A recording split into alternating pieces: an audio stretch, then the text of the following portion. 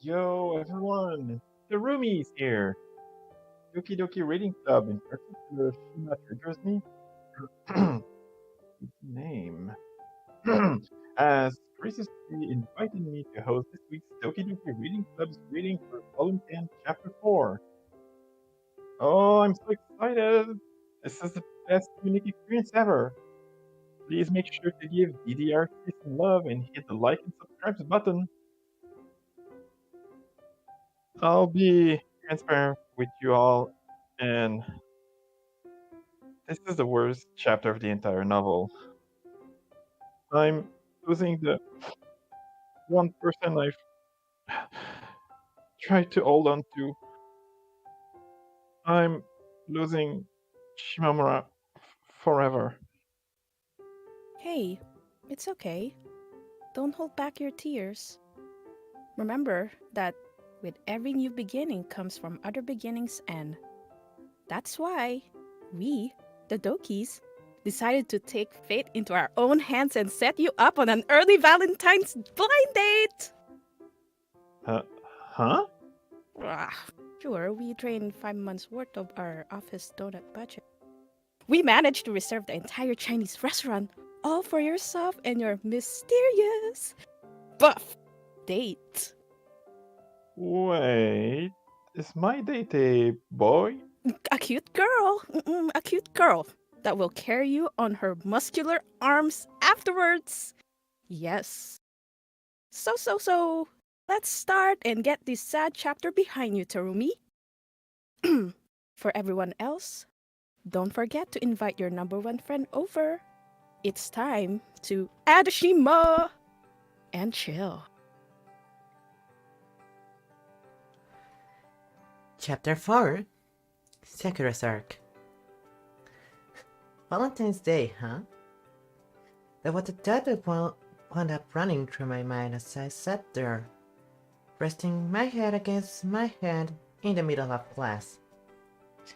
While I had experienced something similar the previous year as well, it was fair to say that this time, the nuances of the situation were more than slightly different. I glanced at Adachi sitting to my right, and wouldn't you know it, our eyes ended up meeting. We spent the next few moments like that, staring at one another, all the lesson kept on going around us. Adachi's eyes were jumping all over the place, as they often did, yet she refused to look away. It was honestly quite bold of her to keep staring behind her in the middle of class. A part of me wanted to help her to stop, to focus on the lesson, although that created a whole another problem.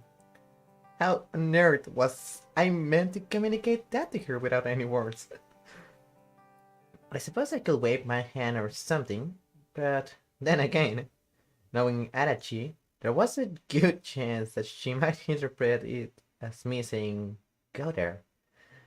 Alternatively, if I were to shift my gaze away myself, she might think that she'd done something wrong and get depressed. She was a very delicate person like that, and it was exactly for that reason that I occasionally found it so interesting to stand back and observe her from a distance. And just like that, we kept on staring at one another until, finally, that's all. The class came to an end, and with it, so did the school day. To think that just a few months ago, the sun would have been starting to set at this hour. It always felt to me like nights were at their longest during December. Was that why Santa chose winter to give out gifts? So that he would have more time to travel around the globe? Staring outside at the sky glowing faintly yellow, I found myself growing increasingly tired. While I personally preferred my nights to be as dark as possible, I have to admit that there was something oddly relaxing about the idea of sleeping under a blanket of soft light. Were we still in middle school, I would have been on my way to do sports next. How healthy had my lifestyle once been. I almost felt jealous of my younger self. As I continued reminiscing about the past, I suddenly sensed someone staring at me. Obviously, that someone was Adachi. I could tell as much without even needing to turn around. Either I walked over to her desk or she came over to mine. Those were the only two possible outcomes these days. There she stood, clutching her bag, staring at me with her eyes turned slightly upwards. You were looking my way, so I figured that you wanted to say something. Huh? No, I'm pretty sure that it was you who was looking, Adachi. I stated casually. This prompted Adachi to lift her back higher, as if to hide her face behind him. You were looking too, No, I really wasn't. but our eyes met, so Right. I guess they did. Sorry. No more than a few minutes had passed since then, yet already I was having trouble recalling what exactly had happened. It really was like I had been dreaming with my eyes open. The expression on Adachi's face made it clear that she did not get what I was talking about. Understandable. I went ahead and shook my head slightly, as if to signal that there was nothing to get. Don't worry about it. Anyway, My attempt at moving the conversation along only prompted Adachi to continue staring at me intensely. are you mad at me? Not one bit, Adachi responded in the way of shaking her head. She then went to add the following. you kind of resemble your mother when you do that, I think. Huh. Seriously? I wasn't at all a fan of comparisons between myself and that woman. Ah! Right away, I could feel a slight pat forming on my face. I guess I can see that. Are you mad at me? No, of course not. I think you're right. It totally is normal for a child to resemble their parents. That was the case even with Adachi and her mother. The look on both of their faces gave off a similar, painting-like sense of calmness. Then again, I doubt Adachi will be happy to hear that. Now, getting back to the topic at hand, Let's just say that we were both looking at each other. Sounds good. Yeah, sounds good. and just like that, agreement was reached. Next up, Do you Do you want to drop by somewhere on the way back? seeing how that was something we usually ended up doing regardless, I decided that I might as well take the initiative here. Adachi lowered the bag and began opening her mouth, only for her to immediately freeze up as she remembered something. Sorry, I have work tonight. Huh? Well then. I quickly stood up, and as I did, I felt a slight change in the air through the tip of my nose. It felt colder, or perhaps less stagnant. Did you ever get less lazy the higher you went or something? Huh. Making my way to the door, I sensed something behind me pulling me back. I turned around only to once again find Adachi standing there, this time staring at me like a pouting child. Adachi? You're not even a bit disappointed? I'm super disappointed. Sheesh. Ouch! My tallest comment earned me a pinch in the back through my jacket. Painful, but deserved. If anything, I feel like you should be disappointed in me. I mutter out loud while walking down the hallway, with Adachi by my side. Huh? For what? For not even remembering what days you work on. It was an awful tendency of mine to simply forget about matters which didn't directly concern me. Adachi had made a conscious effort to open herself up to me. Despite that, there still remained a great number of things that I didn't know about her. It was fair to say that she was quite a mysterious presence. Speaking of which, you've had that job for a pretty long time, haven't you? I guess. I'm proud of you. Um, thanks? An embarrassed smile formed on Adachi's face. Not just everyone can keep up the same way you do. It takes some serious. How do you say it? Perseverance? Good job, I added as I gave her a pat on the head. Adachi initially seemed to enjoy this, but not long after, she proceeded to shake her head. I don't like it when you treat me like a child. I'm not treating you like a child. Children don't have jobs. For example, me.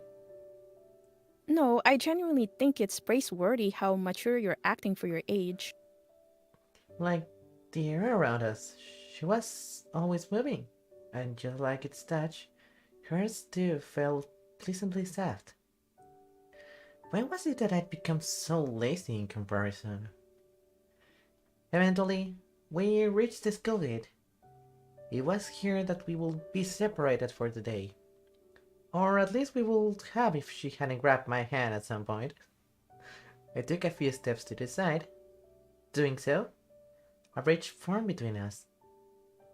Adachi? Hey, I pointed out at said bridge with my eyes. This prompted Anachi to stare at our interlocked fingers for a few moments. And just when I thought she'd figure out what I meant, she lunged towards me, closing the distance between us. Absolutely not what I had in mind. Huh? Did I get it wrong? Somehow, yes. Massively embarrassed. I could see Adachi's cheeks growing redder than the setting sun. There was something very pretty about the way this color combined with that of the strands of hair hanging in front of her face. A weird thing to pay attention to, I know. Speaking of weird, the besting students must have thought that we were total nutjobs. Hey, Adachi, Huh? if I had to compare you to something and it couldn't be an animal, I'd pick a natto bean. What? She was sticky, and she was persistent. Leaving Adachi to chew on that remark, the two of us part ways. And still, all joking aside, the sort of diligence she was showcasing here was seriously praiseworthy. Personally, you would have needed to pay me a fortune to even consider going straight to a part-time job after school. For how dainty and frail she looked on the outside, Adachi truly was a strong individual. Perhaps that was exactly why. Perhaps she was so soft that no matter how much she was bent and twisted, she never broke. Huh. Whatever the case, I couldn't help but respect her. Now, if only she could stop stiffening up whenever we talk. I laughed, fully acknowledging that I was the one to be playing for it. Sometimes I wondered, what was it about me that was so exciting, do you think? Had it been the mad dog Shimeko from middle school that we were talking about, then perhaps you would have had a point. But the me of present? The only explanation I could think of, and I should say this fully acknowledging what it sounds like coming from my own mind, was that maybe, just maybe, I was so calm and collected, so calm and distant, that it became difficult for her to approach me. As much as I like to believe that I was able to convey my feelings to Adachi, at least relatively well, perhaps there was still room left for improvement there. As for Adachi, she had no such problem. Whatever she thought and felt, it was always obvious from the surface. While there had been times in the past when the way she chose to express herself had hidden her true intentions, this day, as long as I took a step back and viewed the situation as a whole, I'd come more often than not to decipher what she was saying. Such was the wisdom of our 17 and 18-year-old selves. For a long time, I thought that my trajectory in life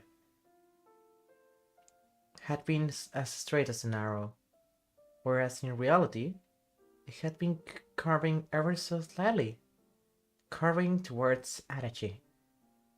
There were times when I wondered what would have happened had we met a few years before, back when I was still straight.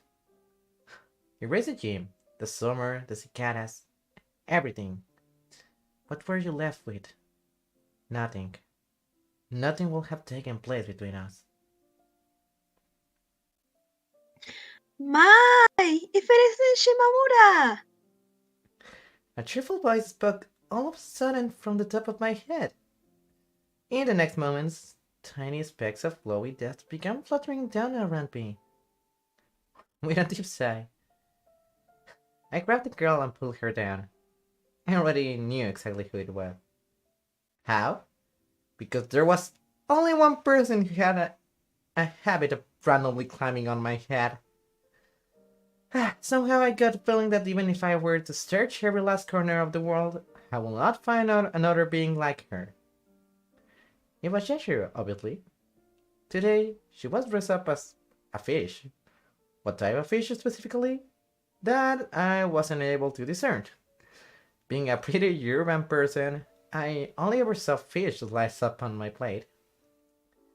Now that I thought about it, the same went for chickens and pigs as well, didn't it? Huh, what a world we live in. Hello! Yeah. Hello. Really appreciate it if you stop climbing on my head like that. Why? There was something very strange about seeing a fish walk on land as if it was its natural habitat. Why, she asked? Why indeed? Surely you like it when I do it to her? That's just because she loves shiny things. I recall her from time to time mentioning how Yashiro was like a fairy. Fairy, huh? There was certainly something quite fairy-like about her, sprinkling around sparkly dust every time she moved. I'll grant you that. I wonder, between an alien and a fairy, which one of those was more likely to exist in reality? By the way, in case you were curious, I'm a skyjack tuna! Wow. I got inspiration from an airplane who I saw walking around wearing something similar.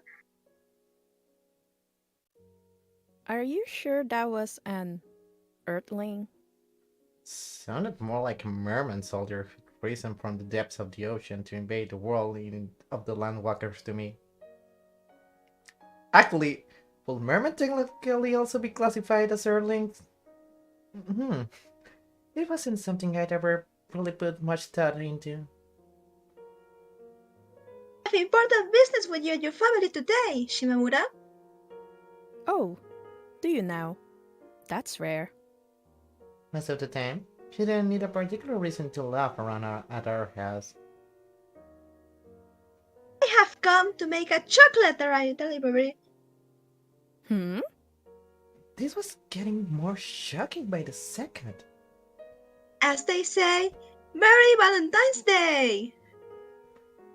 They don't actually say that. Also, it wasn't Valentine's Day today.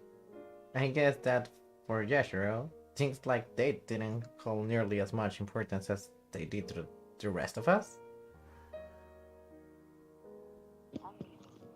Assuming that she really was tens of thousands of years old as she claimed to be, I could kind of see why that was the case.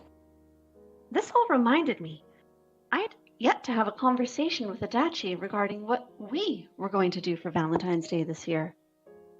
Had she given it any thought at all? While that seemed highly unlikely, the idea itself that I was the one fussing over it was enough to make me blush a little. With Yashiro tottering along behind me, the two of us made our way back to my house. The air was the same temperature as it had been these past few days, yet for some reason I felt much colder today. Why? Probably something to do with the fact that I was walking with a fish. That, or maybe the weather report had simply been wrong. Now inside, I checked the shoes by the front door, only to find a pair missing. Looks like my sister isn't home yet. Oh? Grad school students these days sure are busy. That they are. Spoke the least busy grade schooler in the world as she went ahead and kicked off her sandals. How messy. I took her sandals and placed them neatly on the shelf. The girl then turned towards me and, with a proud look on her face, proclaimed the following. One for you, one for Show, one for Mommy, and one for Daddy. She proceeded to produce one box of chocolate after another from inside her costume. There were 4 boxes in total, all too large to look like they could possibly have fit behind her gills where she pulled them from. Oh, wow. You bought this? I've spent enough time with the girl to know better than to put whatever she gave me into my mouth before first confirming its origin. Watching television yesterday. That is where I got the inspiration. You were watching TV? Like a show where they went out to buy chocolate? No, don't laugh. That was a serious question. I poofed them. She proceeded to do a poof motion with her hands. You... What? Was that the girl's way of saying that she baked them by hand, or was there something more to it? Quite concerned, I had another look at the decorative ribbons that were tied around each box, only to find that each one had an identical crease in the exact same position. And when I say identical, I don't mean similar. It was as if the boxes were literal copies of one another. Huh. In any case, I could only assume that this meant that the chocolate itself didn't contain any real cocoa either. Well, whatever. She was kinda like that one alien who pulled ice cream out of its bag. Nothing wrong with that, I felt. Well, I think my sister is going to be delighted. You're Shimamura? The girl's head was tilted slightly to the side, her eyes wide and innocent. No, actually, I am. You could not find a more trivial example of this sort of interaction, yet here I was, trying my hardest to distance myself from it. Why? For what purpose? Enough was enough. This time, I would make a conscious effort not to run away, to accept a gift from another with gratitude and joy. Did I say thank you the right way? Did I look grateful enough? Those were usually the sorts of things that were going through my mind. In reality, what I should have been embarrassed of was my inability to do something even the youngest of children were capable of. Thank you. I mean it. I gave her a pat on the head, prompting the glowing fish to waggle her tail fin contentedly. How exactly did she do that? Honestly, I was in way too good of a mood to even care. Anyway, chocolate, please. Yashiro stated shortly after, her now empty hands held out in front of her. Wow, it's like you understand what Valentine's Day is about this time. Had someone taught her? My sister, perhaps? I didn't have any at hand, so. Oh, once my sister gets back, why don't the three of us go buy something together? Yay! A happy fish. Fish happy. Fippy. No, never mind. Still, would I really be going shopping with a fish? That felt kinda odd. Well, whatever. Regardless of what clothes Yashiro wore, she was still going to stick out like a sore thumb. Hey!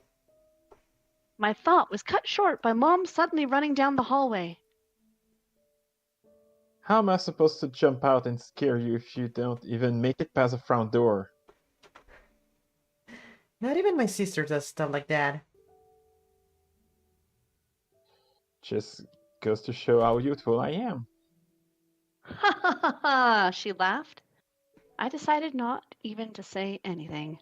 As I'd learned from my dad, that was often the best way to deal with this woman. The only annoying part was that if you ignored her too much, she'd get super pissy and outright aggressive. I'd experienced that a lot during my years in middle school, especially the aggressive part. Thinking back to all of the fights we'd had, it was honestly shocking just how foul my mouth had been. It still hurt me to this day, just like an old wound that had never really had a chance to properly heal. These days, I found it incredibly difficult to speak back against her. And if I had to guess, that was likely due to guilt I still felt over all of the things I had said back then.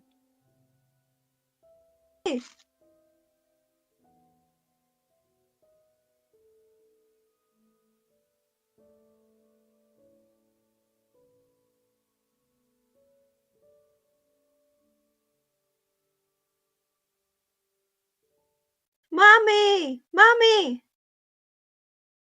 What is it, Fishy?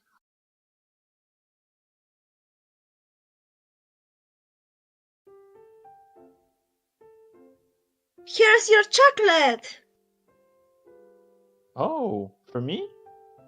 Merry Valentine's Day! Wow. Who knew you could be this considerate? Mom also patted Yashiro.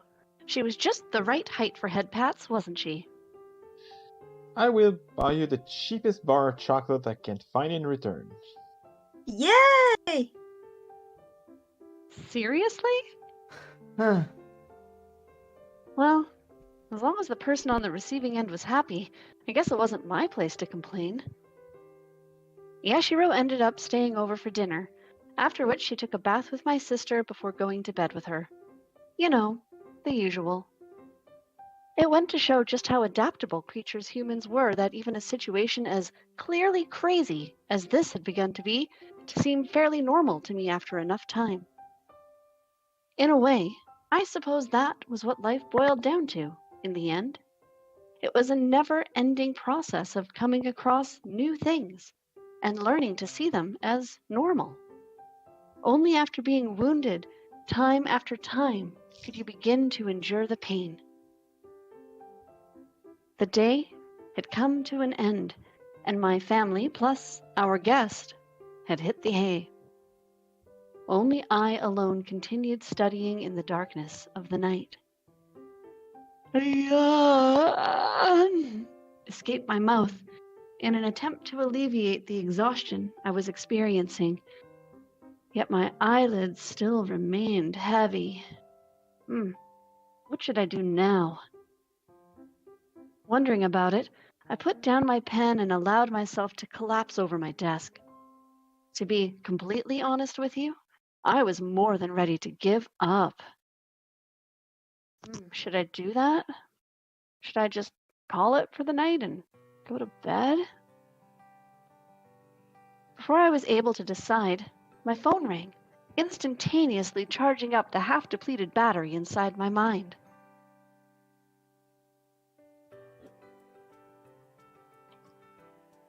Is it Adachi? Not that she often called me in the middle of the night. Actually, she wouldn't call me in the first place, not without first texting me to make sure that it was okay. As my hand fumbled to find the device, I realized that there was only one remaining possible option. Tarumi. The person calling me turned out to be none other than Tarumi. How unusual. Unusual. That word in itself felt unusual. Whatever the case, it was true that it had been a while since she last called me. I was reminded of the time in middle school when we had completely drifted apart after being placed in different classes. We had reunited completely by chance around a year ago, but had only seen each other a handful of times since then. We were slowly drifting apart, just like we had done in the past. Perhaps a relationship between us simply wasn't meant to be. With thoughts of that nature flowing through my mind, I went ahead and picked up the device. Its cold touch against my palm felt as unreliable as a string phone.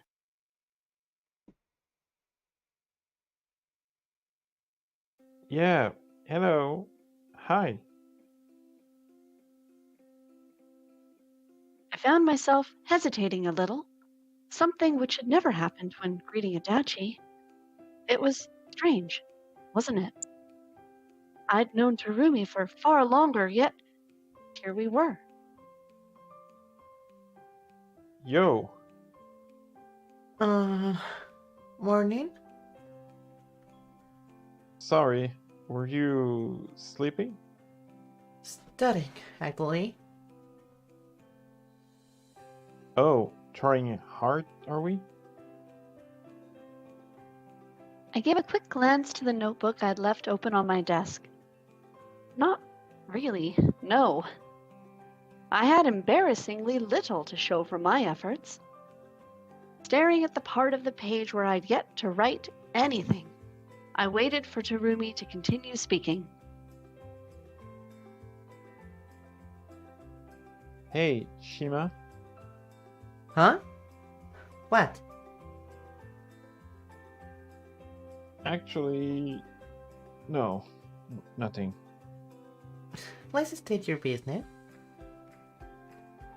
Stretching out my back, I went ahead and readjusted the jacket I was wearing. Oh, sorry.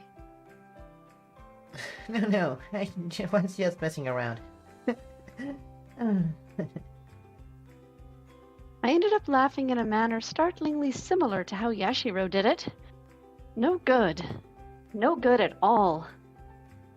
There was a pause, after which Tarumi continued. I did have something. Yeah. Do you want to go hang out? Right now. I didn't need to check the clock to be able to tell that it was getting awfully close to midnight. What a delinquent. Speaking of delinquents, I had to wonder just how well that label still fit her these days.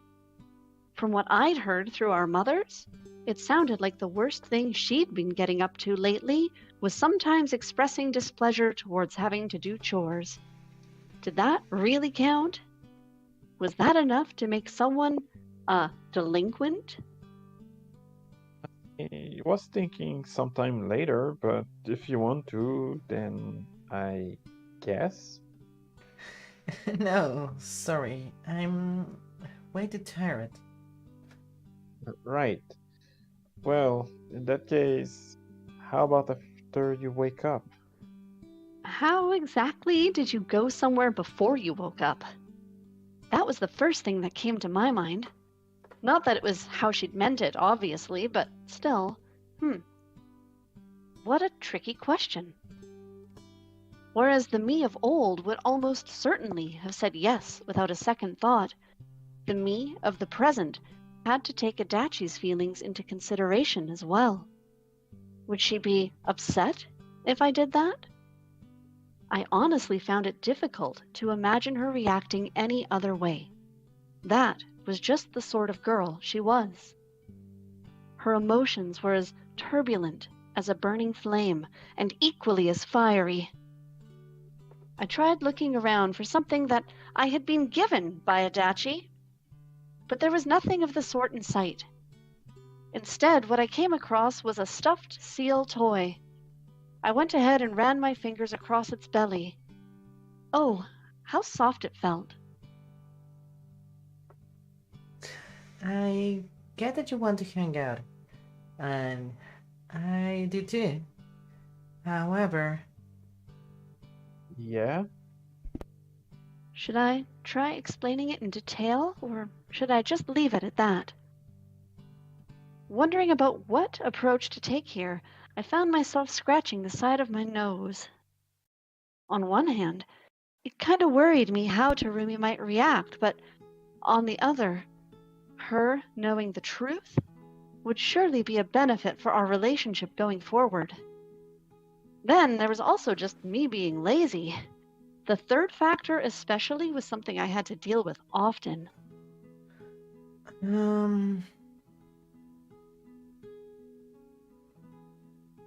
Shima? Tarumi was a good person. If there was one thing I'd come to know, it was that. I should just tell her, shouldn't I? Yeah, I should. so listen. The truth is, I met someone. A girl. I have a girlfriend. Huh? Based on Tarumi's reaction, it was clear that this was the last thing she had expected me to say. I decided to keep pressing further. So if I go around hanging out with other people behind her back, she might get offended. It was beyond important that I made myself absolutely clear here. Too many breaks and pauses, and the conversation would almost certainly fall apart. I laughed again. Why? I didn't have any specific reason. If I had to say, I guess that it made the silence more tolerable. There was another person I knew who did that, laughed randomly, that being Yashiro. I was really starting to adopt a bunch of her mannerisms, wasn't I? Ugh, how awkward. There, at last, Tarumi spoke in a wavering voice. Seriously? Yeah, seriously. Well, barely a year ago, I myself wouldn't even have believed that. It somehow was what had actually ended up happening. Girlfriend? Yep. Speaking of, I recalled her once asking me whether or not I had a boyfriend. I told her that I didn't at the time, which, funnily enough, was still the answer I'd give. Now, a girlfriend, on the other hand? Those I most definitely had one of. It was funny how life worked out sometimes. That, or perhaps it had all been decided already, the moment we met. When was it that Adachi had first fallen in love with me? While a seemingly simple question, now that I thought about it, I realized that I'd never actually asked her that.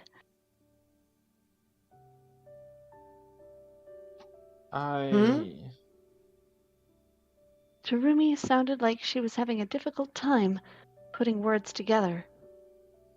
I decided to give her some time. Staring at my now empty cup, The remaining scent of tea was enough to cause my head to spin lightly. Then, a few moments later, I see. For how long she'd taken to think about it, she usually wasn't saying much of anything here. And yet, behind a simple expression, there was clearly hidden a world of emotion. Right. I guess it did make sense for her to be shocked. Suppose, even. Had it really been the right thing to tell her? You, a girlfriend. Interesting. Very. Oh, you don't need to pretend like you're not shocked. As far as the actions went, it wasn't one that I particularly minded. Heck, I was still very much shocked about it myself. I was able to shake my body from side to side a good dozen times before Tarumi once again continued.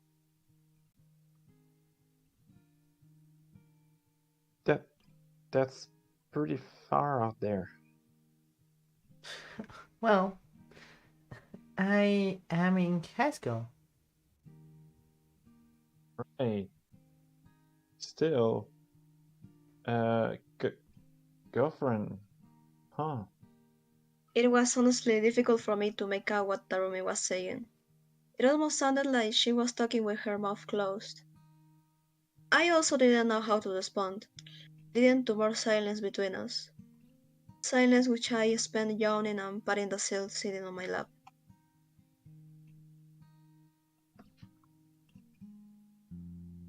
Well, anyway, that aside,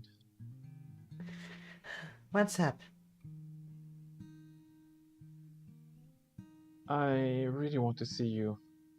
Just once. Can I?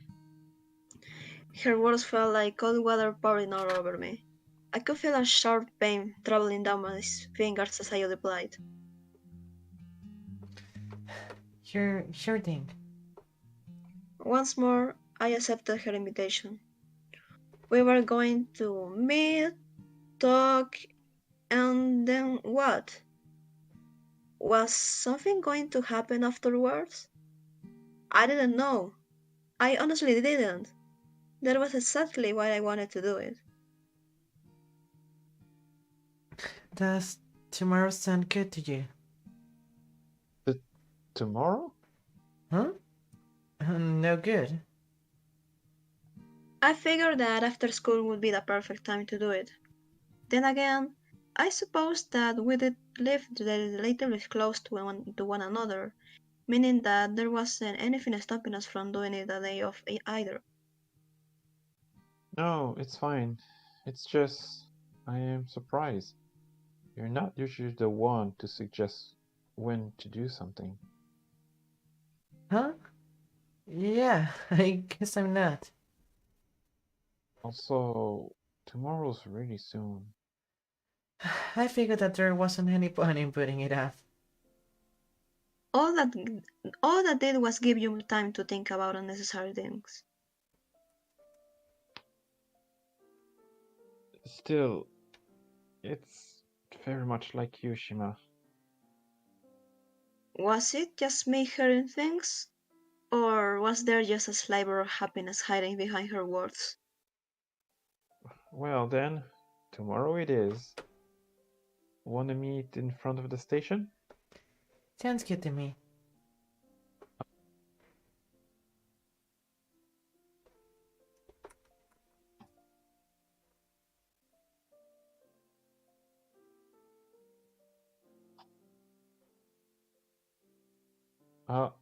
Alright. Her voice became distant, and with it, the connection between us faded away. Shortly after, Tarumi ended the call. Hmm. While I liked the fact that I no longer felt like I was about to fall asleep, what assailed me now was an extreme sense of sluggishness. Was this it? Was this the end? No, probably not. That might have been going a bit too far. Even so, it didn't stop me from feeling that way. It was as if there was something heavy weighing down my stomach. If I had to describe the sensation, I might say that it felt like I turned into a crocodile. Speaking of, I vaguely recall seeing Yashiro dress up as one of those ones. How cute she looked! It was in the middle of sifting through those simple memories that I realized that I had an unread text message. Huh? Looks like it's Adachi this time. Can I call you? This message had been sent not all that long ago. As I was reading through it, not that there was so much to read, a second one arrived. Can I? I'd be lying if I said that I didn't feel slightly startled. The timing was perfect, almost too perfect. There was something strangely amusing about imagining Adachi sitting there with her phone in her hand, waiting for a check mark to appear next to the message indicating that I read it. Yeah, you can. And send. Only a few seconds later, my phone rang. That was fast even for her. Hello. Good, good evening. It was almost comical how different our greetings were in tone. I couldn't help but laugh a little. Then again, I suppose that was very Adachi of her. W- were you sleeping? Studying, actually. Huh? Why does no one believe in me? Tarumi had asked me the same thing as well. Did they think that I was a cat or something? No, no, no. I do believe you. I'm sure that you're working really hard. Thanks. It's just you took a while to answer. That's why I thought you might have been sleeping.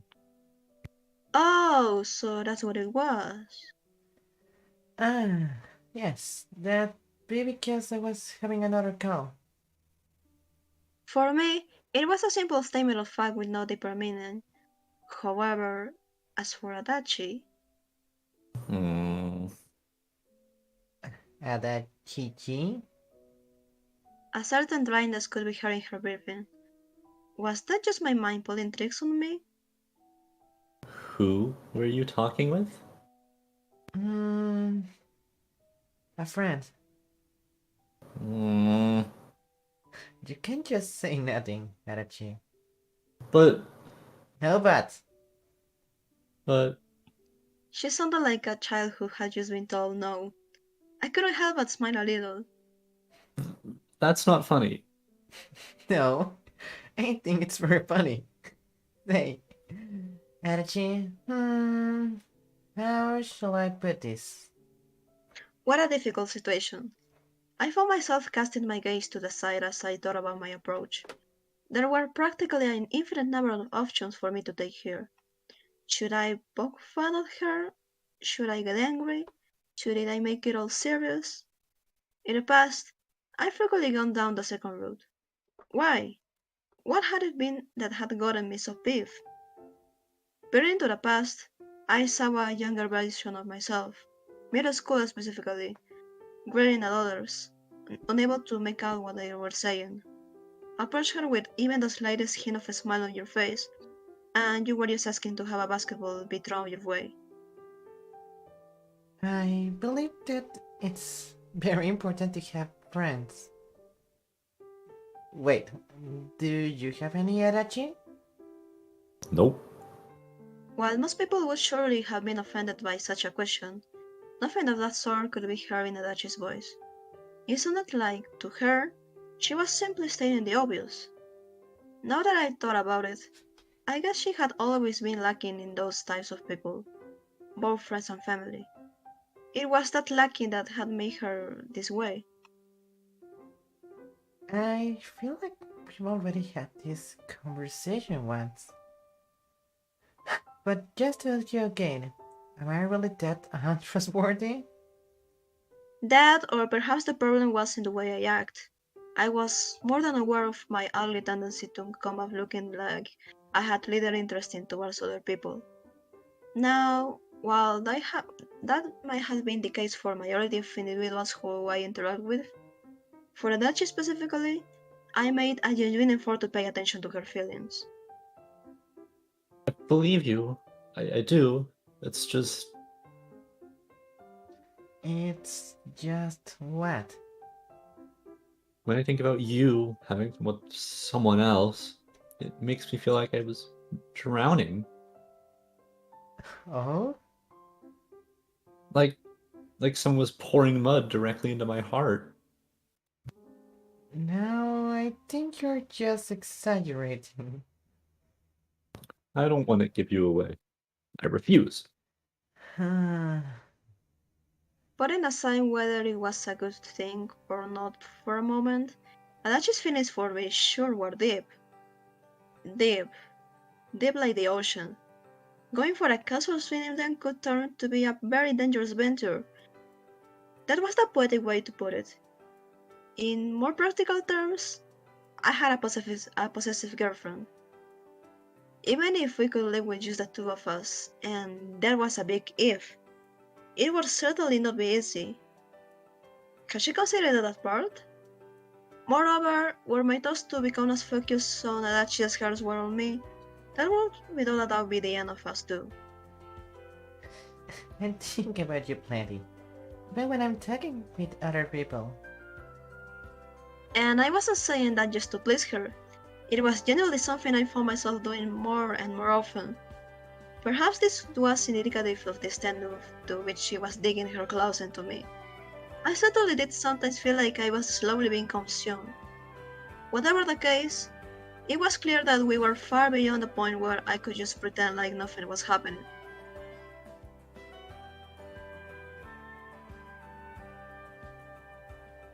again, and I mean it when I say this, it's actually pretty depressing how little you trust me. I'd never been one to insert myself into other people's business. Not because I didn't care about them, but because I was terrified of leaving my shell.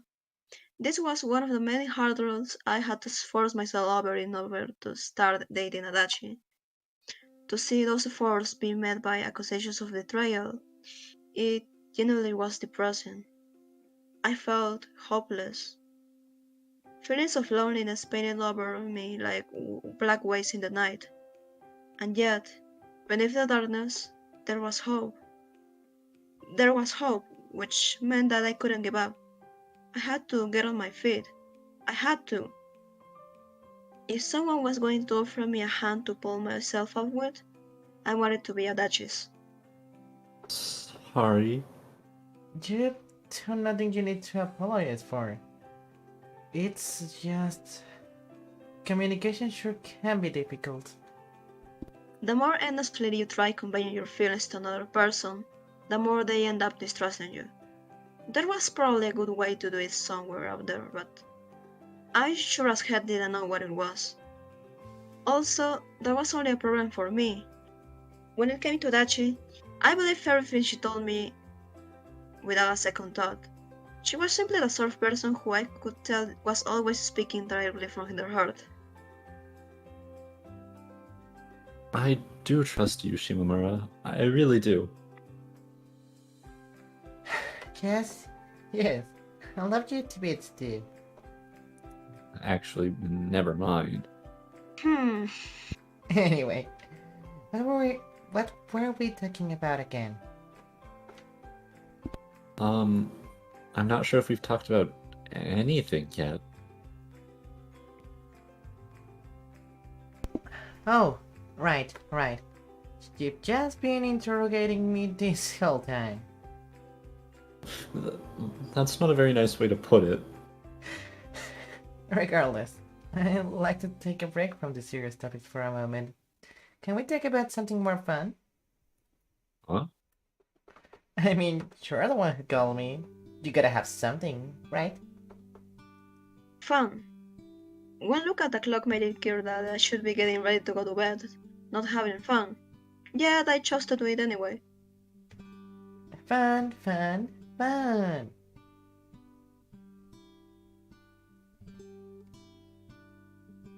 What? Nothing. Please, go ahead. If Adachi's heart really was full of mud like she said, then I wanted her to clean it. I just wonder, where did the leftover mood, the stuff that could be filtered, wind up exactly? Well, actually, there is something. Let's hear it then. Valentine's Day. That's next week. Right. It is. I naturally thought about it quite a lot myself, but she didn't need to know that. Valentine's Day, huh? Yeah. I couldn't help but smile a little. There was something very funny about this exchange. So, did you have something in mind? Well, we celebrated it last year, so I thought we could do that again. Alright, sounds good to me. Yeah. I could practically see her nodding her head all excited. That was an interesting thing about humans. Even if you couldn't see another person directly, a version of them still existed within your mind. I wonder, if you couldn't do that, would you think that it was almost like a superpower for those who could? Maybe. Do you want to go shopping again? I loved it. The chocolate you got me last year was delicious. On a side note, I also tried out a chocolate Yashiro had given me earlier today, and yeah, it was good. The individual pieces looked like they were modeled after an animal of some sort, though for the life of me I couldn't tell you which one. My parents hadn't known either. I didn't even ask Yashiro myself, but no luck. It's a mystery. I recall her telling me while gratefully flirting with the candy bars my mother had given her in return for the chocolate gifts.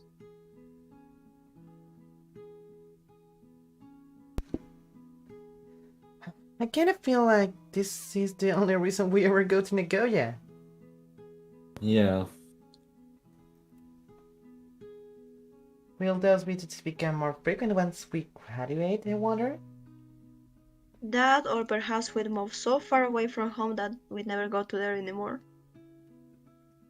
Say, Shimamura, what do you want to do after high school?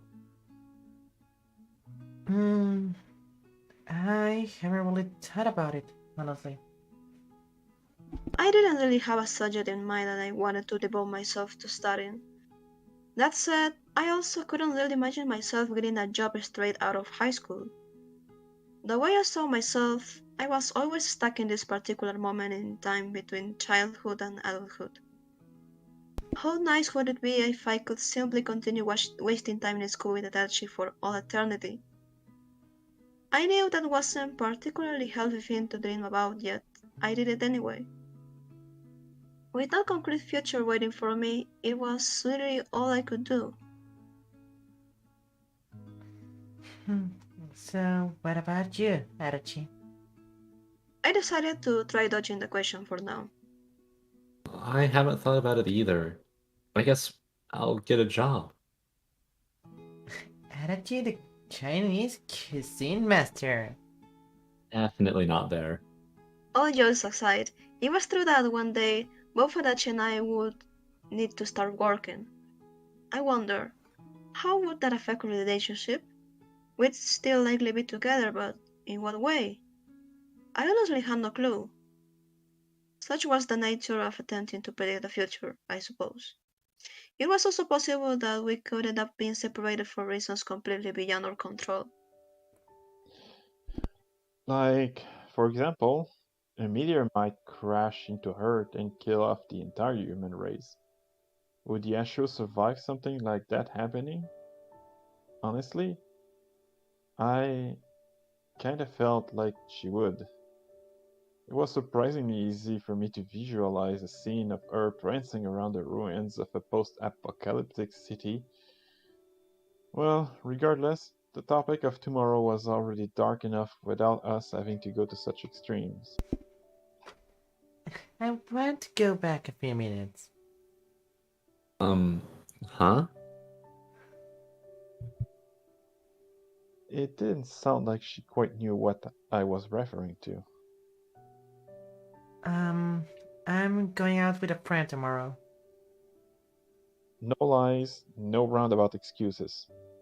I decided to simply tell it to her like it was. Adachi immediately fell silent. For a moment, I couldn't even hear her breathing. Her love was so pure, so dense that sometimes I hesitated even touching it. I decided that I'm going to tell you the truth from now on. That's a sign of my yes, love. I probably didn't need to reiterate just how bad things had gotten the previous time I had decided to keep her in the dark. Truly, it was a miracle that our relationship had survived through that incident intact. Or rather, how efficiently it had been rebuilt. It was kinda like if you took a piece of paper, dipped it into water, crumpled it up, and then managed to turn it back into a perfect square. Perhaps Adachi was actually a wizard of some sort. Not with Hino and Nagafuji, I assume. Nope. Um, It was clear that she wanted to say something badly, almost as if she already knew who was that I was talking about. That made me wonder, had Adachi ever met Tarumi? I had to assume that the answer was no. If she had, I was pretty sure she wouldn't have been able to hide this as well. is it okay if I come with you? The way she worded that question made me think of a baby duckling following its mother. A number of excuses popped into my mind simultaneously. At the same time, it was true that I had just told her that I would only tell her the truth from now on. No way I could back on my word now. Uh, I'd rather you not. We have a lot to talk about, and I feel like having you there will make things unnecessarily difficult. Also, were those two meet face to face? I had a feeling that might happen again. You know, that. To put it into words, the whole thing seemed like a massive pain in the butt. A mess of such caliber that once it spilled over, no one would be able to clean it up. So, yeah, I wanted that with her in private. I hope that you'll understand. I went ahead and repeated for a second time. I didn't really know why. It wasn't like she was, for now at least, insisting on coming with me or anything. I suppose it said a lot about the way I saw my relationship with Adachi that I felt this whole procedure was necessary for me to simply meet with a friend. When I say she wanted to hug me and never let go, I meant that literally. Hmm. A hint of reluctance could be heard in Adachi's voice. Don't get me wrong, she was clearly trying. That wasn't a problem here. Whereas under normal circumstances she was willing to do anything in order to please me, going as far as to lie to herself, it seemed like this was one situation where she could not bring herself to do that. This was neither a good nor a bad thing. This was simply the sort of person that she was. If you can bear it, then, hmm, did you have anything in mind that you would like? On the flip side, attempting to win her over with the promise of a meager reward perfectly encapsulated my character. Uh, I'll have to think about it. Hook, line, and sinker. Just how I planned it out. And thus, we had successfully made it over this particular hurdle in our relationship. Is that what it's like having a serious talk with your girlfriend? Darn.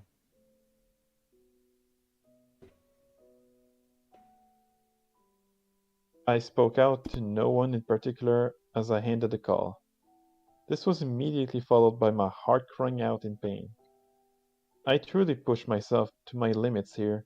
I found myself spending the next few moments sitting there on my bed in silence, stroking the stuffed seal I had picked up earlier. Girlfriend. What a strange word that was. Building up such an intimate relationship with another person necessitated you getting closer to them that was comfortable, and thus fully lowering your guard. This meant that if you were to have a quarrel, it will only end once you got so exhausted they could no longer keep it going. In the long run, such a thing was more than enough to break a person. I suppose the takeaway was to only argue in moderation. Truly, life is a struggle. There was plenty of easy paths forward for me to travel down here, and yet I'd chosen to climb up the steepest hill imaginable. I was making my own life difficult on purpose. Why? Because this was the direction I wanted to take our relationship. Say, Adachi, when was it that you first fell in love with me? I randomly wound up asking her this question that had bothered me since yesterday in the middle of the lunch break. This prompted her shoulder and neck to stiffen up and yelp. I had a difficult time imagining any other member of the human race to leave her mouth. The food she had been in the process of swallowing went up to her cheek, causing them to bulge in a way you usually never saw given the manner in which she preferred to eat. How adorable! Her face quickly turned red, and then blue. Not good. I handed her a glass of water, which she gulped down in one big sip. This allowed her to at least stop coughing, although mere moments later, droplets of sweat began dripping down her forehead, which was strange considering that we were currently in the middle of winter. Adachi was quite a warm-blooded individual, was she? I sometimes wish that I was too. Between it being too warm or it being too cold, I much prefer the former. Staring at her, slightly jealous, it was there that it finally hit me. The word that I'd uttered were not at all something you were meant to say in the classroom filled with fellow students. Was this the result of Adachi's influence taking hold of me? Well, whatever. Might as well finish what I'd started. Tell me. I want to know. While it was not at all my intention, in retrospect, the way I worded that question kinda ended up sounding like I was pestering her. How difficult. Her eyes remaining wide open, Adachi muttered the following using her lips alone. I don't know. It just happened. Mike, how romantic. It didn't sound like there'd been any specific incident which had caused it. Though I'd mostly say it as a joke, that was the very definition of the word romantic, wasn't it? Why? Wait, what? I asked her back while poking at the fried egg sitting in the corner of my bento box. Why did you want to know? No reason, really. Oh. Her reply sounded like two different responses mixed into one. I cut off a piece of the fried egg Mom had cooked and placed it into my mouth. As expected, its taste fell firmly on the sweeter side. The woman preferred her food that way, and so did the rest of her family. Yashiro as well. Although Was that the reason she had chosen to stay with us specifically? As I picked up some rice to go with the egg, I noticed that Adachi was still staring at me.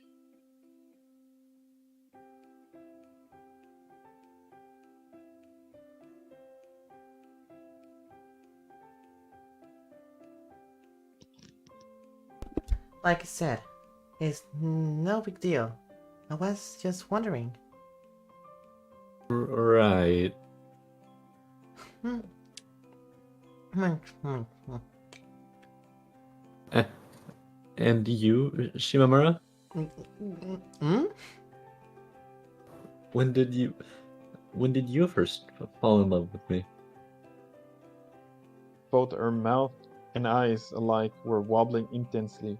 I got a feeling that were I to poke either, they'd burst open, causing her essence to spill out. Her essence? What did that even mean? Me? Hmm. That's a secret. Sorry. It's not fair. Well, it's not like you told me either. If nothing else, I remembered us being more or less indifferent toward one another when we first met. An Adachi who did not love me. At this point, it was practically impossible for me to imagine such a thing. It hadn't been that long, all things considered, yet already I felt like her whole self had been purged from my memory.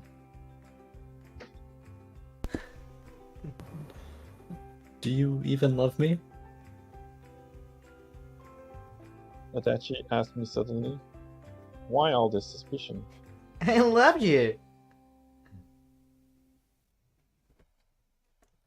Probably because of that. Still, even if I did put aside my shame and attempt to sincerely force out the word, I doubt that my mom would comply. It was simply a condition I suffered from. I wish she would give me a break. No, I do. I do love you. I do. I quickly added, hopefully that would be enough to satisfy her from now. In the end, the question remained, when had it started? When I had first fallen in love with her? I actually did know the answer. It'd been when she had told me that she loved me. I know it sounded stupid, like I didn't really care, but it was how it was. To put it into more concrete terms, it all started when we'd been watching fireworks together. That was when I'd first fallen in love with her. All that had happening during summer of the previous year. I had been in love with her for quite a long time, hadn't I? Thinking about it that way, I couldn't help but blush a little. We spent the next few months eating in silence. Even after we finished, Adachi here still remained reddish. There was something about that specific tone that reminded me of autumn. Just a second. I need to go wash my face. Adachi suddenly stated, grabbing the plastic bag her lunch had been in before dashing out of the classroom. What about your makeup? I was going to ask. Though realistically, it wasn't like she could do more damage than the line of sweat dripping down her face already had. I suppose that was mainly my fault, huh? Not good. Not good at all. I ought to be more responsible going forward. I proceeded to put away my lunchbox and spent the next few moments staring into space. It was there that I happened to meet eyes with Pancho. Having randomly walked past my desk, we had barely talked since the school trip, And judging based on her reaction, it kinda looked like she didn't know if she was supposed to say hello or what. Personally, I wouldn't have minded if she just said nothing. In her right hand, she was carrying a bag identical to me. Yo! Yo yo.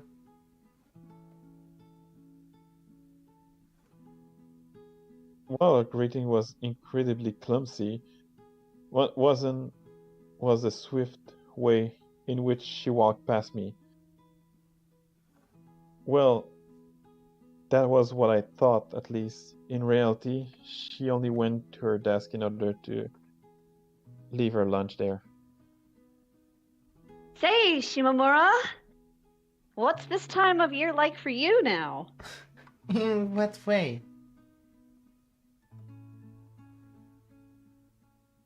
My general feeling in regard to winter was that I wished I could hibernate past it.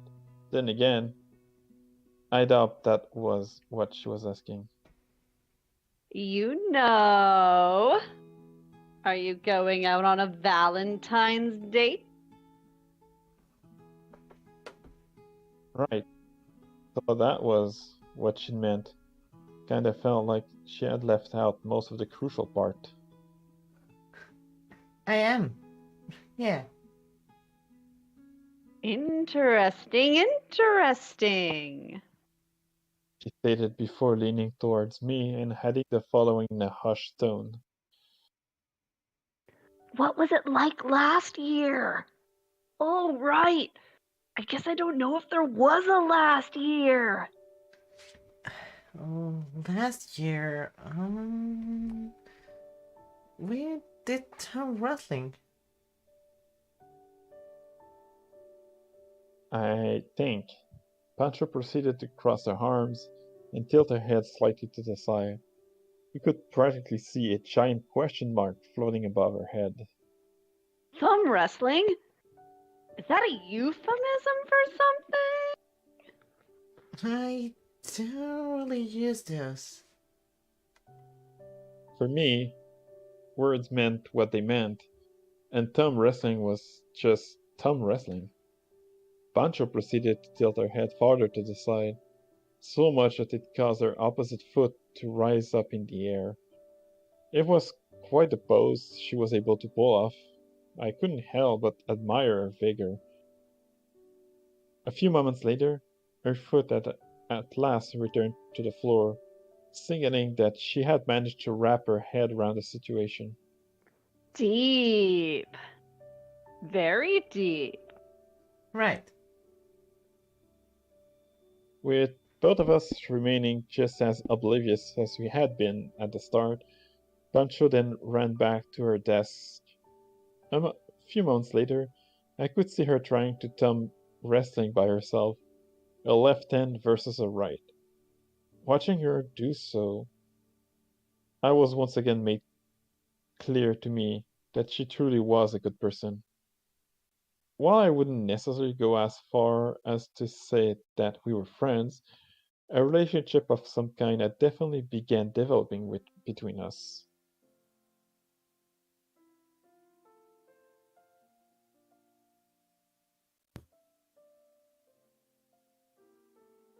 So yeah, that happened.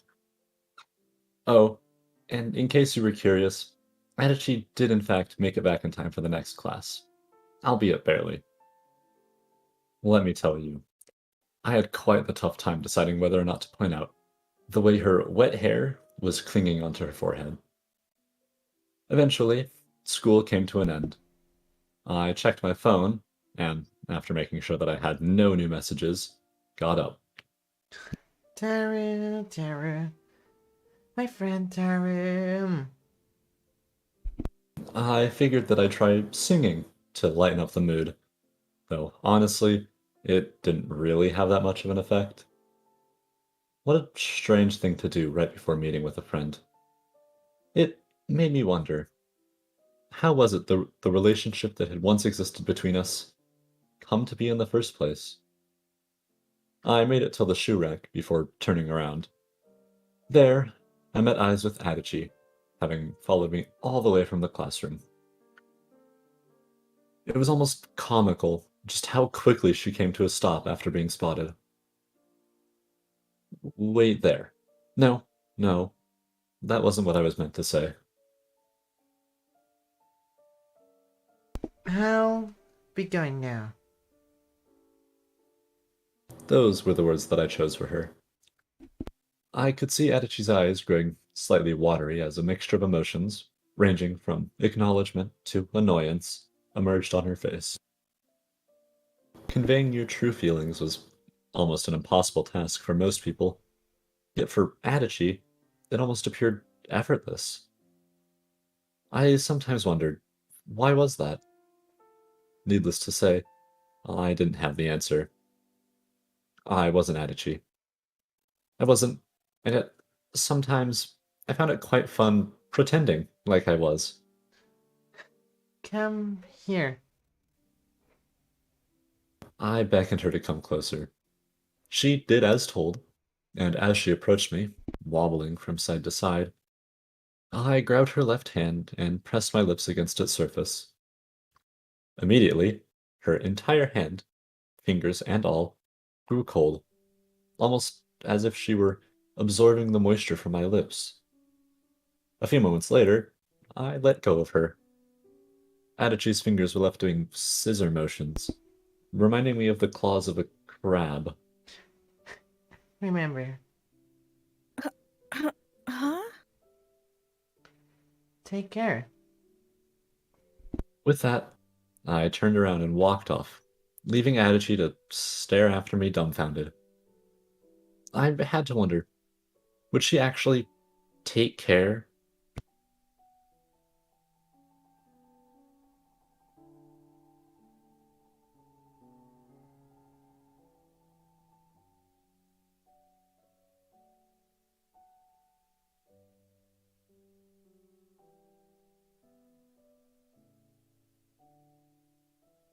I'm always cheerful. Shut it, Yashiro. No one asked. It was hardly the case that emotions were always positive. In fact, I'd go as far as to say that they made up the minority. I could feel the strap of my bag digging deeper and deeper into my shoulder. The cold wind was blowing against my face, causing my hair to jumble up and my ears to feel like they were about to fall off. How convenient that it was currently winter. I was able to blame my low spirits on the season, instead of what was actually causing them. Periodically breathing out clouds of white vapor, I made the long journey from the school to the station in perfect silence. Why? Why did I feel this way? I was just on my way to see a friend. Nothing more. Actually, no. There was definitely something more to it. We were old friends, and that exactly was the problem. When you started mixing the past with the present, things were bound to get troublesome. In that case, just don't let the present ever become the past. I suppose that was the answer, wasn't it? Adachi certainly seemed to be living by it. I wonder, was she satisfied with what we have been able to build together? Where we were currently? Behind her refined looks and stoic appearance, Adachi was actually an incredibly greedy person, leading me to believe that there was a good chance that she wasn't. With all sorts of thoughts flying through my head, I made my way over to the station. With every step I took, I found Adachi occupying more and more of my mind. I suppose that was simply the state of my heart at the moment. For how often I came by the station, it was honestly a little shocking just how few opportunities I had to go somewhere by train.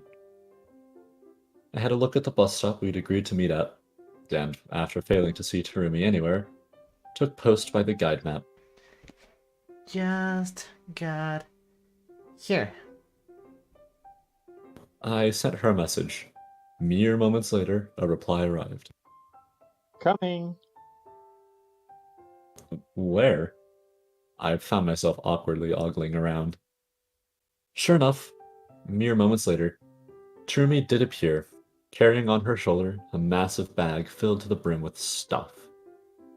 While I wouldn't say that the outside of the station was particularly crowded today, there was still more than enough people here to completely mask off both of our footsteps. Yo. Good day to you. My greeting came off sounding particularly polite. I guess that I was still in the mood after earlier. Also, a funny thing, because the words sounded so similar, I came one slip of the tongue away from accidentally saying goodbye instead. Imagine that. Parting ways with someone as soon as you meet them.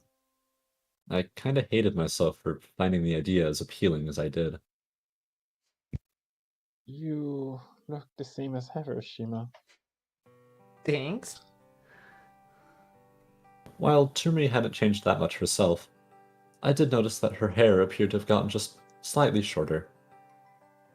I briefly considered asking her if she'd cut it, but ultimately didn't. There was nothing to talk about there, so why even bother? Then again, perhaps it wasn't the topic that was at fault. It was always like this when I met with Tarumi. Our lives didn't intersect in the slightest, and as a result, there were simply no topics that could spark a conversation.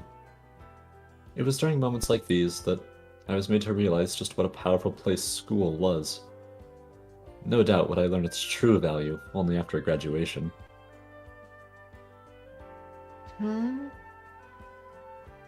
Speaking of school, it was there that I noticed that Tarumi wasn't wearing her uniform under her coat.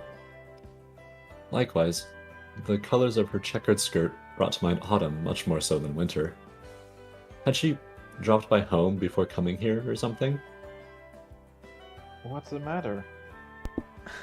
This is.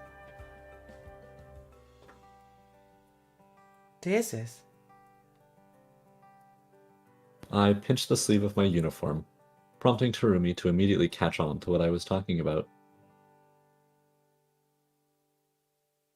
Yeah, I didn't go to school today. I had some stuff back at home to take care of.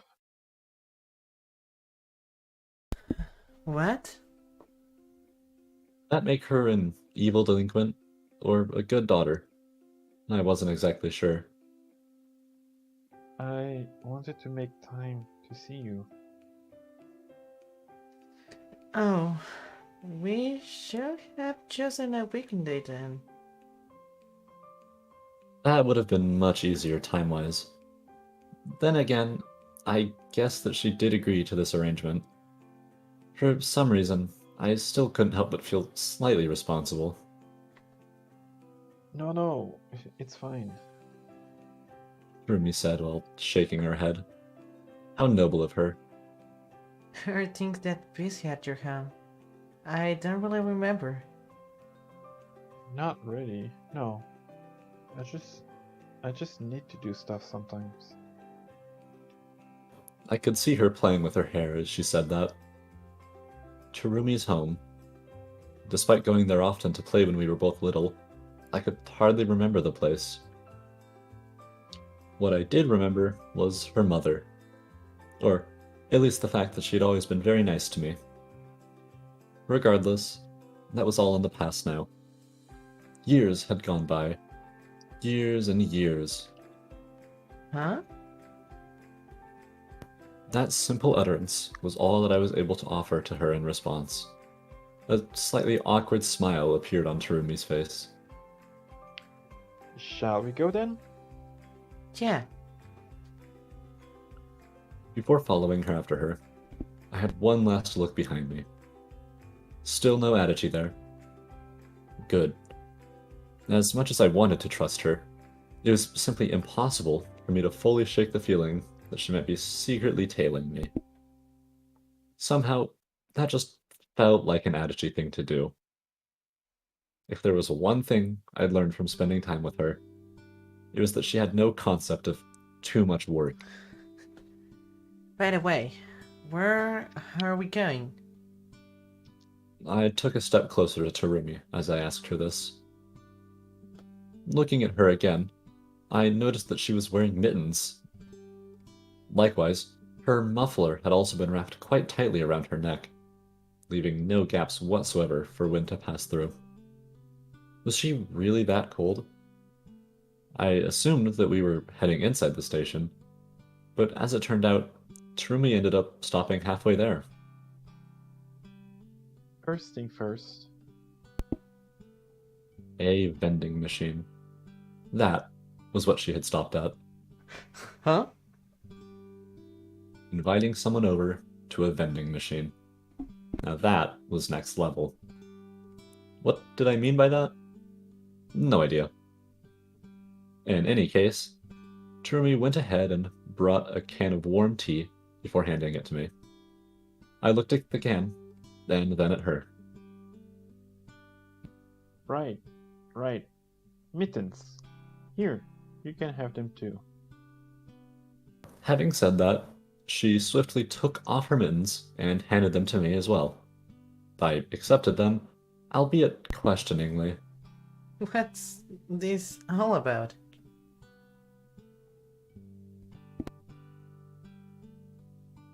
I want you to be warm. I put the mittens on. Doing so, I could feel the metaphorical weight pressing down on my shoulders, growing increasingly heavy. I am warm. Plenty. Even more so now. Still not satisfied, Tarumi then continued by taking off her muffler and wrapping it around me, prompting a cold shiver to run down my spine as the harsh textile scraped against my exposed skin. There.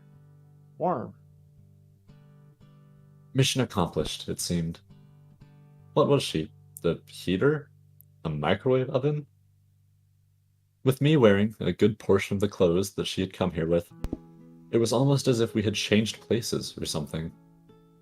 As if that wasn't enough, Tarumi lastly pulled out a pair of earmuffs and put those on me. I was starting to feel like her doll or something. It couldn't be that this was what she had called me here for, could it? To dress me up? While I much preferred being given clothes to having them taken away, I wouldn't want to be left standing in the cold in my underwear. There was obviously still a point where it started getting too much. You need a coat as well? She asked me while pointing at the coat she was wearing. Did she really want to cook for me? I was already wearing quite a number of her clothes, and I couldn't help but feel like adding her coat on top of that would push me over a line where I was more her than I was me. I'm good. Plenty warm. What about you, Toe? Satisfied yet? No. The time for that comes later. Having said that, Tarumi then turned around to the direction where we'd come from. It appeared that whatever it was that she wanted to do with me wouldn't be taking place inside the station after all. Speaking of, what was that? What did she want from me? I was thinking about a good spot. Does the riverside sound good to you? Riverside? The first thing that came to my mind was a barbecue. The second was a duel. I highly doubted that either of those were what she had in mind. Still facing away from me, Tarumi finally answered my question. I want to draw a picture of you, Shima. A picture? A picture. I could see her shoulders trembling slightly as she spoke the word back to me. Huh. My picture. Actually, hadn't we done something like that once already? I was pretty sure that we had. I see. All of a sudden, it made perfect sense why she had dressed me up. She was simply making sure that her model felt comfy. Then, once I'm finished drawing, I want you to have it. This time, I was able to catch a glimpse of Tarumi's face, and the slight smile that had appeared on it. Me?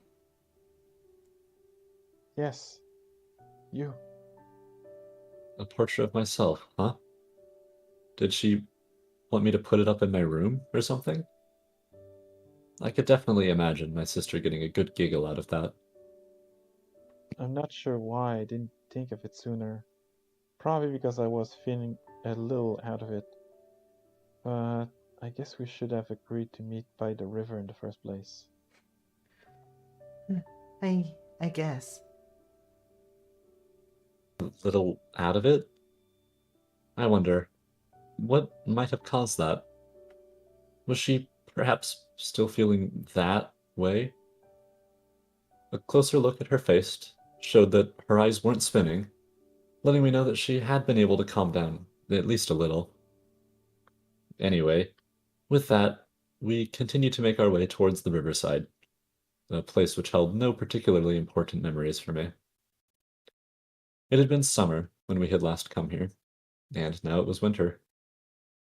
Where exactly did that put us? I'd foolishly believed that nothing had changed, that things were like they had always been.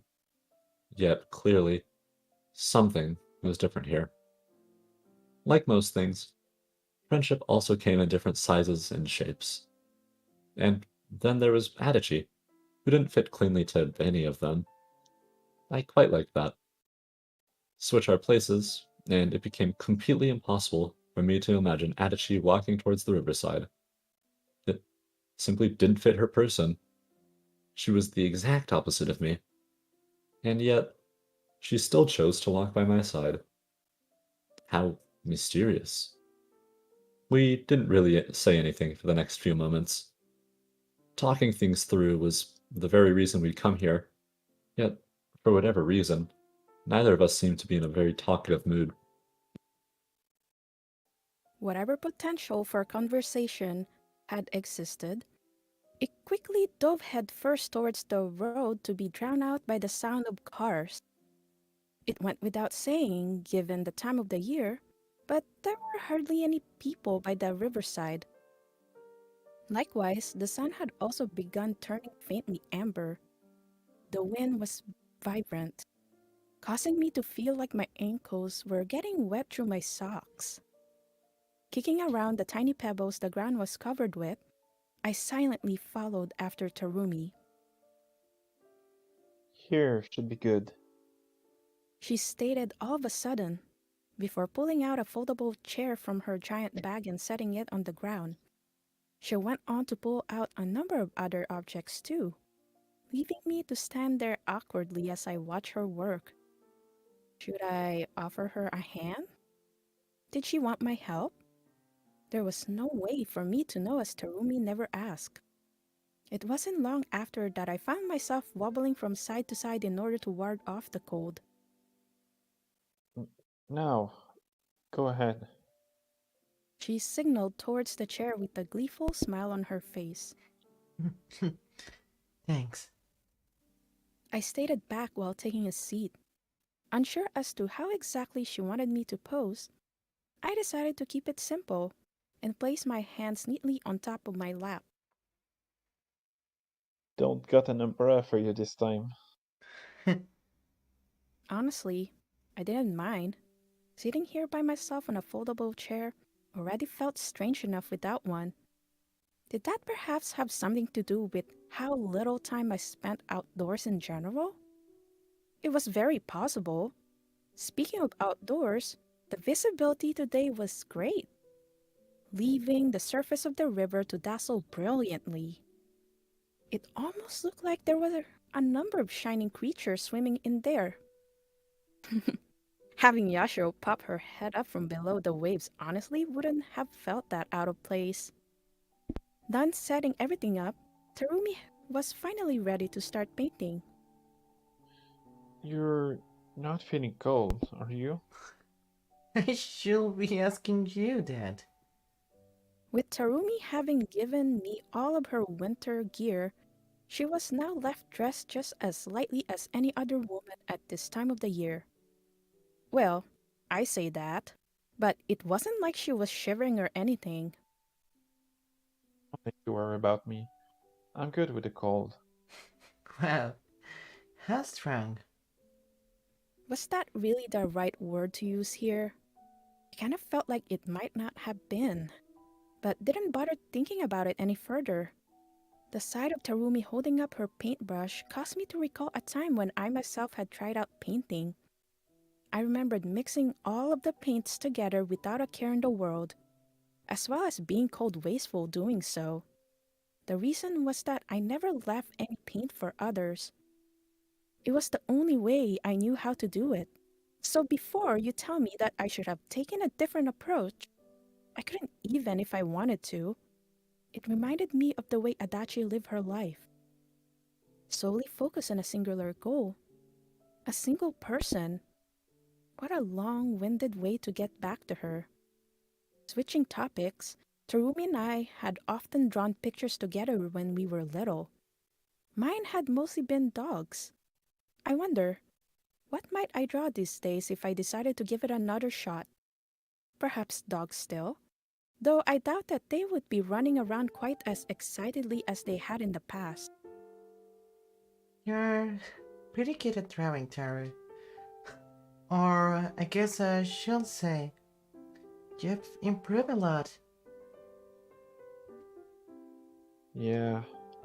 She didn't sound quite particularly thrilled. Not like I could blame her. That was more or less how I would react to were someone to praise my artistic skills without even having seen what I was painting. Was that a problem then? Was the problem with me? Was it why Adachi still did not trust me fully? What is she like? Harumi asked me all of a sudden from behind the easel.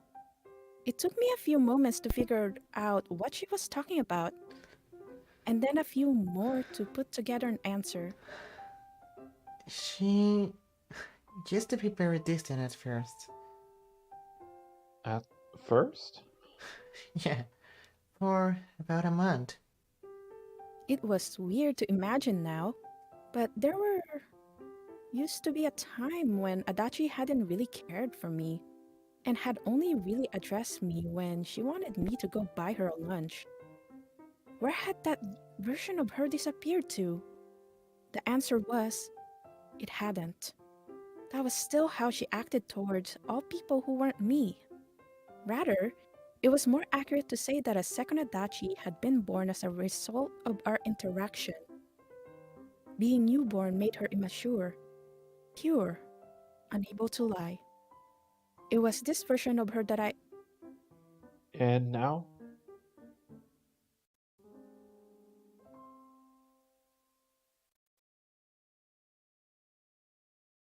She's like that. Huh? Tarumi sounded genuinely taken aback.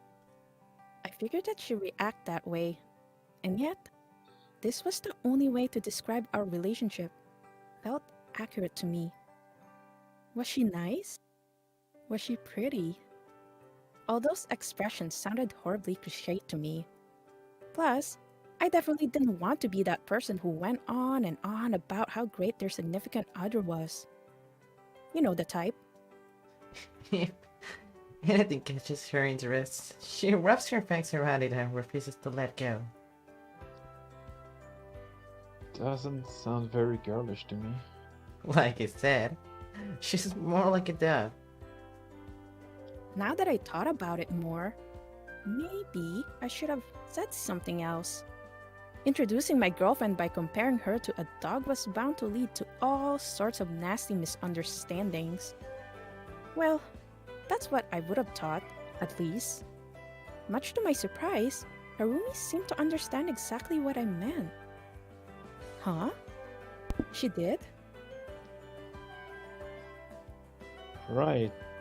I guess that you did always love dogs. Kinda. Yeah. At this point, I could honestly no longer remember what I had and had not shared with Tarumi back in the day.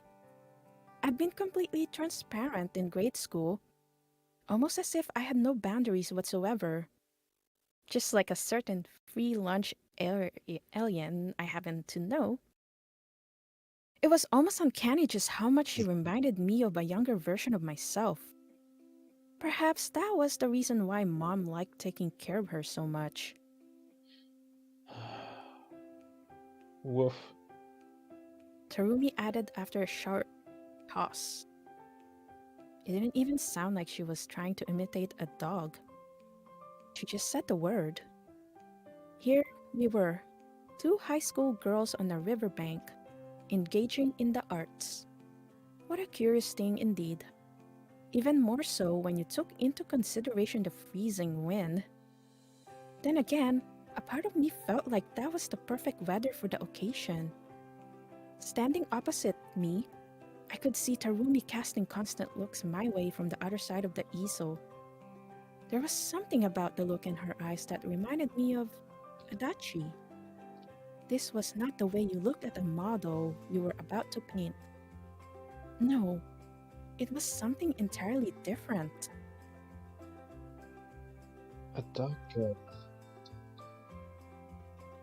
It sounded like we weren't quite done with that topic. Then again, I suppose that it did make sense. This was, after all, what we had come here to discuss today.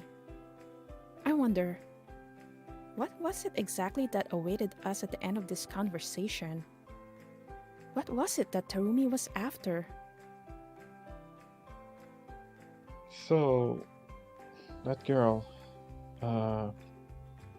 is that even the right word? Huh?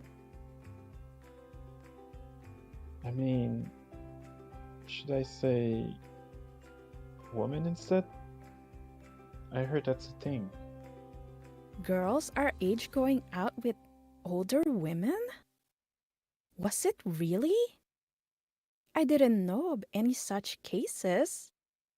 Actually, I thought about the time I had spent at my grandparents' house.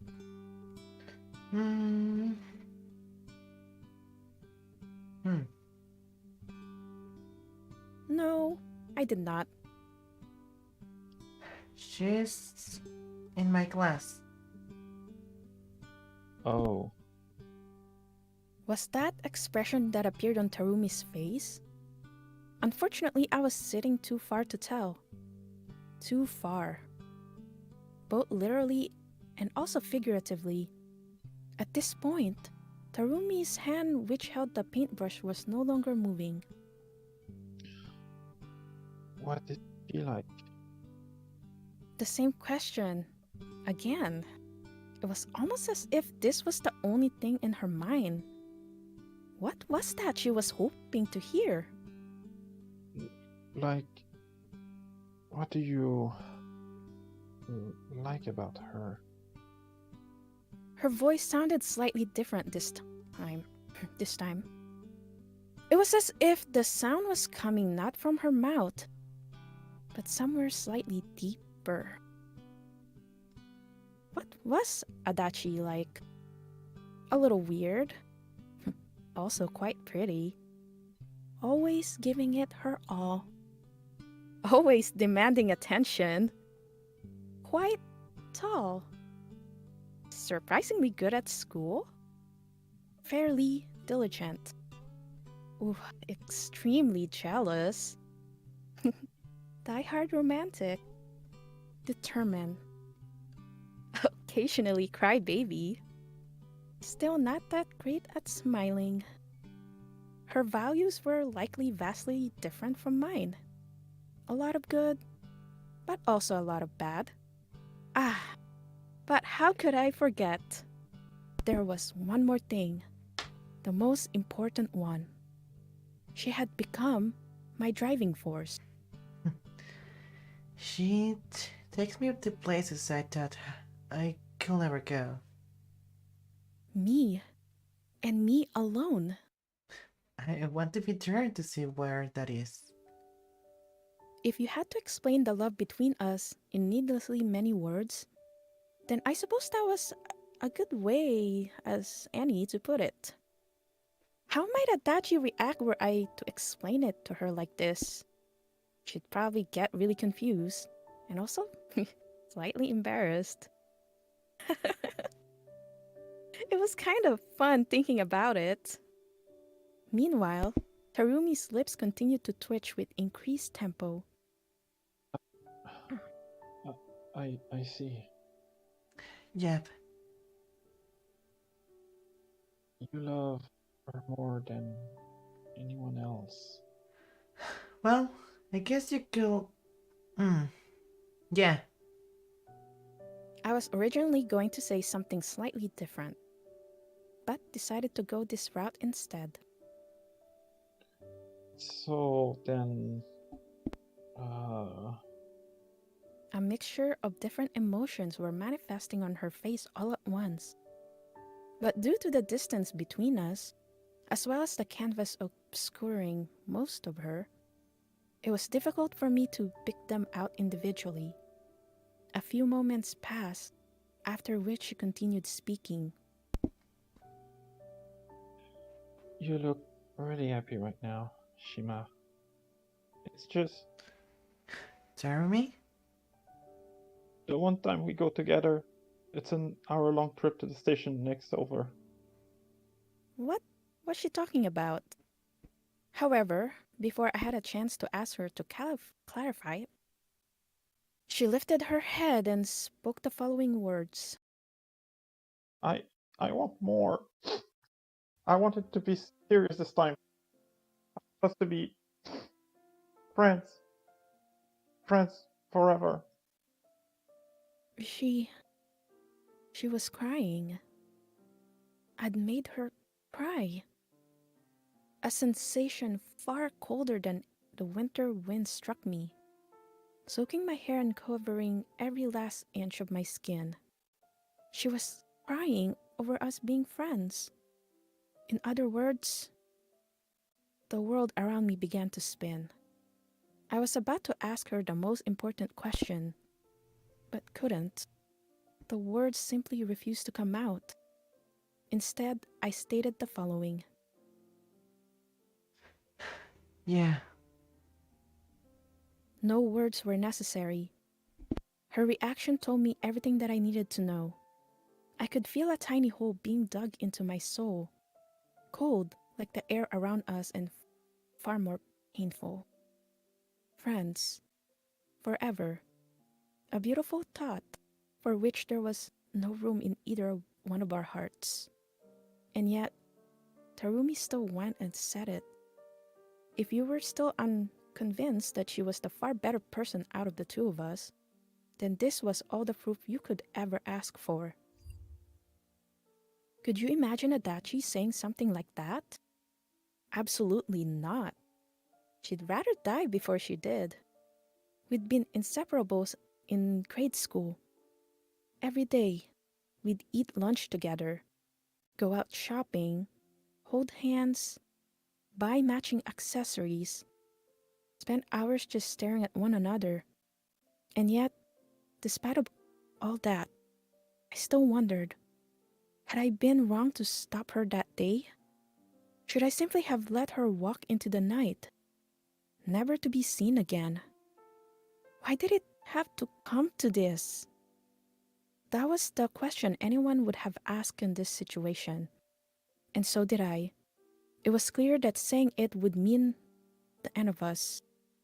And yet, the truth was that the current me loved Adachi much more than I did Tarumi. That simple statement of fact was the answer to everything. Was that what Tarumi had wanted to hear? Had she come here today already knowing it? Or had she perhaps still held out hope that things might work out in her favor in the end? How? How could they possibly have? All these questions were burning me underneath the muffler. I could only assume that Tarumi had been hoping for something more. And yet, those hopes were now destined to forever lay dormant, never to be realized. Our relationship was dying, slowly fading away, and here I was, refusing to act. Should I do it? Should I get up and shout? Shout out the name of my childhood friend like I had done once before? That, or just acknowledge that we'd had a good run and let it end? I doubt that Tarumi really cared either way. After all, regardless of how we got there, the outcome of the day was clear. Friends or not, the two of us were almost certainly not going to meet each other like this ever again. There was only one way to avoid that, yet it was precisely the answer I could not give her. With the saddest smile I'd ever seen on her face, Tarumi continued moving her brush, tears still flowing down her cheeks. Even if this wasn't the way she had wanted things to end, she was powerless to change fate. Like watching a triangle that could no longer support its own weight crumble, I continued staring at her. I wanted to be. Don't want to take you out to places you thought you could never go. Those words came to me in the form of a whisper. Distant, like the sound of cars driving on the opposite side of the river. Ignoring all of the mistakes that had been committed up to this point. I'd had quite a few fights in middle school. I specifically remembered how I'd hurt people with my words. The one difference was that back then, I'd only ever pick on people who I disliked. That was to say, this was almost certainly the first time I'd ever made a friend of mine cry.